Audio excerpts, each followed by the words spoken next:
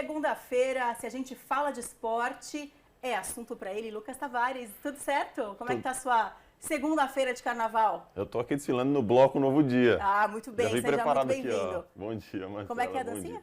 Eu fiz aqui uma marchinha, se você para começar a segunda-feira Se bem. vocês Não. forem telespectadores espertos, já fizeram aquele bumerangue dele na tela da televisão, só assim.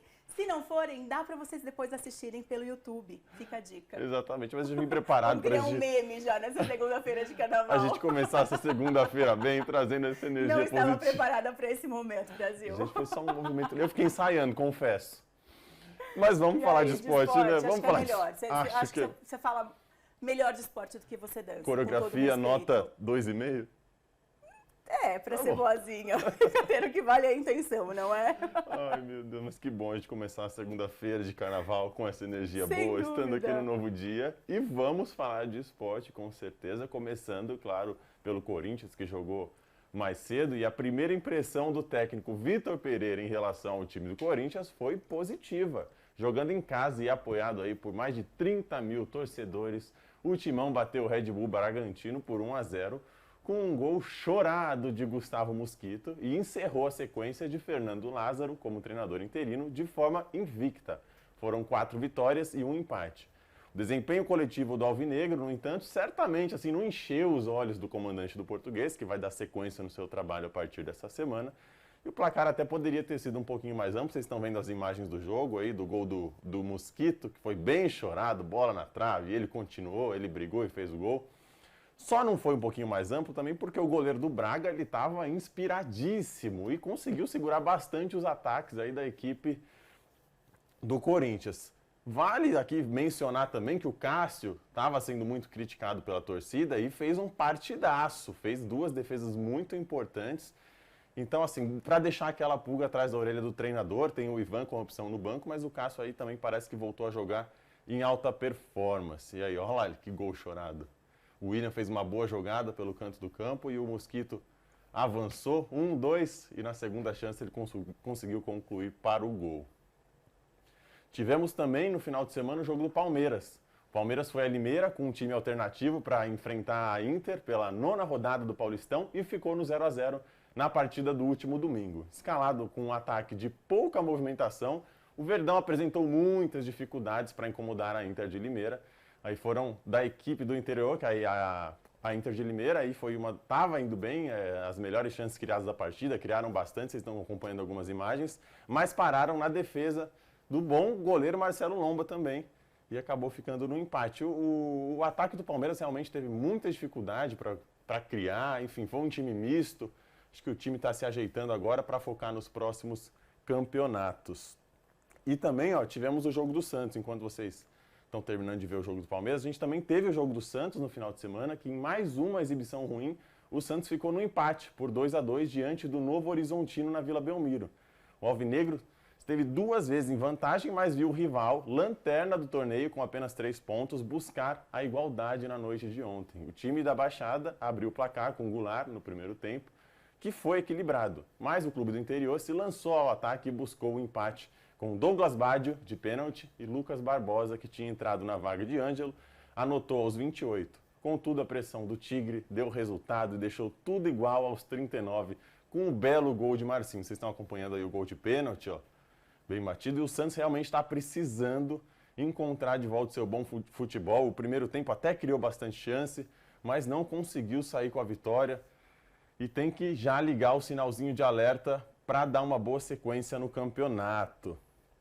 O Santos não vem de uma boa fase não, né? Não acompanho muito, vocês sabem, eu sou super honesta aqui, mas eu presto super atenção em tudo que o Lucas fala e não é a primeira vez que você vem com notícias do Santos, que o Santos perdeu ou que o Santos empatou, enfim. Sim, eu conheço tanto santista que deve estar tão frustrado, aí eu fico triste pelos meus amigos santistas. Exatamente. O Santos, que é um clube formador de atletas, geralmente trazendo muitas esperanças para o futebol até brasileiro, realmente ainda não está jogando na sua melhor forma, o que deixa o torcedor santista frustrado. Que desde aquela época do Neymar, do Ganso, que brilhou os olhos do torcedor, está precisando recuperar isso para encontrar e ficar de bem com a torcida logo, que é o que está precisando, o que a gente torce, né? Sem dúvida, tomara. E tivemos também, hoje eu não vou fazer o aviãozinho, tá? Porque agora a gente está ficando... Hoje ele chegou com a dancinha, o aviãozinho não, né? Exatamente. Mas vamos falar agora dos times da nossa região, porque no duelo que fechou as disputas da 10ª rodada do Campeonato Paulista da A2, Taubaté e Juventus se enfrentaram no estádio Joaquinzão e não conseguiram sair do empate sem gols. O resultado foi ruim para ambos os lados. Todas as pretensões que eles têm dentro do campeonato. Porque com a igualdade, o Juventus chegou a 6 jogos de jejum de vitórias e segue estacionado ali no meio da tabela com 14 pontos. Já o Taubaté vive uma situação ainda pior, porque com apenas uma vitória em 10 jogos, a equipe do Vale do Paraíba amarga a 15º, gente, Taubaté.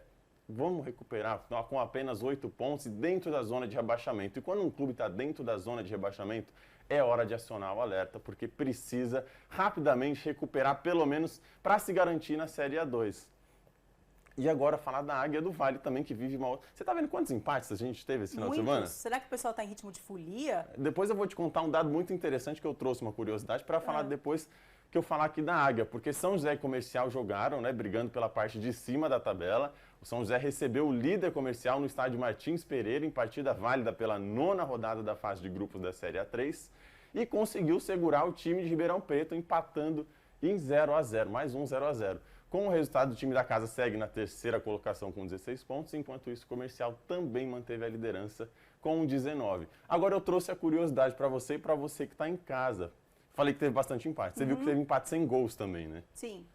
Olha este dado. E eu vou depois tentar explicar o porquê. Tá, bom. Se eu conseguir. Vai, com certeza. Porque eu analisei de uma forma também diferente. Ó, você que acompanha as divisões de acesso do futebol paulista, percebeu que as bolas na rede estão aparentemente menores, tanto na Série A2 quanto na Série A3. Não é apenas uma percepção. Ó. Um levantamento feito por Fernando Martinez aponta que o 2º e o 3º escalões do estado, nessa temporada de 2022, tem a pior média de gols do século. Na Série A2, por exemplo, faltando um jogo para completar 10 rodadas, sendo 79 jogos realizados até agora, a média é de apenas 1,9 gol por jogo. Só para se ter uma ideia, a média em 2001 foi de 3,23 por partida, a melhor do século. Olha que coisa, né, mano? Caramba, que curioso. Eu vejo assim, como o legal. rendimento dos clubes, essa falta de gols, eu acho que a gente está chegando a um equilíbrio, talvez, no futebol, em que as equipes conseguem brigar bastante, criar menos oportunidades por um jogo trincado, por força física, se a gente for comparar com o futebol de 20 anos atrás. Hoje se pede muita força física dos jogadores e talvez isso deixe o jogo um pouco mais parado, mais toque de bola, com algumas técnicas e implantações de métodos de treinadores, com mais posse de bola, pode causar até esse empate, esse 0-0, essa falta de gols. Isso não significa que o jogo não é brigado. Então, isso que eu queria te perguntar. Então, nessa sua análise, o fato de ser 0-0, para o torcedor deixa aquele jogo um pouco mais xoxo, mas em contrapartida mostra que é um jogo mais equilibrado? Talvez a gente possa interpretar por essa visão ou não? Não, a gente pode interpretar dessa forma, a gente pode ver como um jogo mais equilibrado, onde as duas equipes se posicionam de uma forma em que não deixa criar jogadas, tantas jogadas de gols, como há 20 anos atrás talvez fosse, mas isso é uma evolução do futebol. Tem acontecido aqui, você vê a forma que o Chelsea joga, por exemplo, é um futebol onde ele segura a posse de bola, ele cria na hora certa, e se uma equipe adversária vem bem preparada para isso, a chance de sair no 0-0 é muito grande. Gostei, curioso. É bem curioso, Legal, né? Você trazer um dado antigamente. Sim, explica muita coisa, né? Exatamente. Sim, bacana, exatamente. gostei. Você pega a evolução do futebol, você vê realmente que isso é uma tendência pela forma que as equipes têm jogado. Agora eu vou pegar o meu aviãozinho de volta e viajar. Deixa eu ajeitar minha máscara aqui rapidamente. Falar um pouquinho de UEFA, né, com essa situação que a gente está vivendo. A UEFA, a Liga dos Campeões, determinou na semana passada a mudança da sede da final da Liga dos Campeões dessa temporada. A decisão do torneio não será mais em São Petersburgo por causa da invasão da Rússia à Ucrânia. Agora o último jogo da Champions League está previsto para acontecer em Paris, no Stade de France, no Stade de France. Tentei soltar um francês aqui no dia 28 de maio. Infelizmente, com essa situação, algumas medidas têm que ser tomadas. Sim. E aí até para o esporte isso acaba ralando até no esporte, né? Com certeza. E, olha, saindo um pouquinho aqui, eu quero muito fazer uma nota, não se assuste, né, porque eu peguei a apresentadora de surpresa. Imagina, que isso, confia em Mas ti. para falar que Já deu, né, gente, de violência no futebol. Tivemos o caso do apedrejamento do ônibus do Grêmio. Até onde vamos parar? A gente parece que deixa de ser humano, a gente perde a nossa essência quando a gente agride jogadores de tal forma. Jogadores também têm família, jogadores não jogam mal porque querem, jogadores têm uma base por trás. E quando você agride isso, você não está só agredindo um jogador. É uma base familiar, são pessoas que se preocupam. É claro, torcedor, que o jogador tem que dar resultado dentro de campo, é para isso que ele joga, é para isso que ele recebe, mas isso é um jogo, lembre-se, isso não pode afetar a vida de um atleta. Eu falo aqui como ex-atleta, que já passei por situações parecidas, então chega de violência no futebol e no mundo, é claro, né? Sem dúvida, a violência nunca justifica absolutamente nada. Não é porque você não gosta do desempenho de um colega, de um jogador, enfim, que você vai sair agredindo. Imagina se fosse assim? Não gostei do seu desempenho, puf. Exatamente. Patético, né? Eu não considero isso nem torcedor. Torcedor é aquele que sabe diferenciar, que vai no estádio, apoia, sai chateado sim com o time quando o time não tem um bom resultado, mas quando você passa do ponto para agredir uma outra pessoa, um outro ser humano, aí vocês vão me desculpar, isso não pode ser considerado torcedor, isso são vândalos, isso é um crime e não pode de forma alguma continuar. Sem dúvida, recado dado, muito bem. Certo? Com certeza. Mas vamos trazer a leveza, vamos trazer essa semana com muita energia positiva. Ó, o bloquinho de carnaval, se curte. Quarta-feira você está aqui. Quarta-feira eu tô de volta, Mar. Combinado. Muito obrigada, viu? Até quarta pode curtir seu carnaval com toda essa malemolência. Nossa Senhora.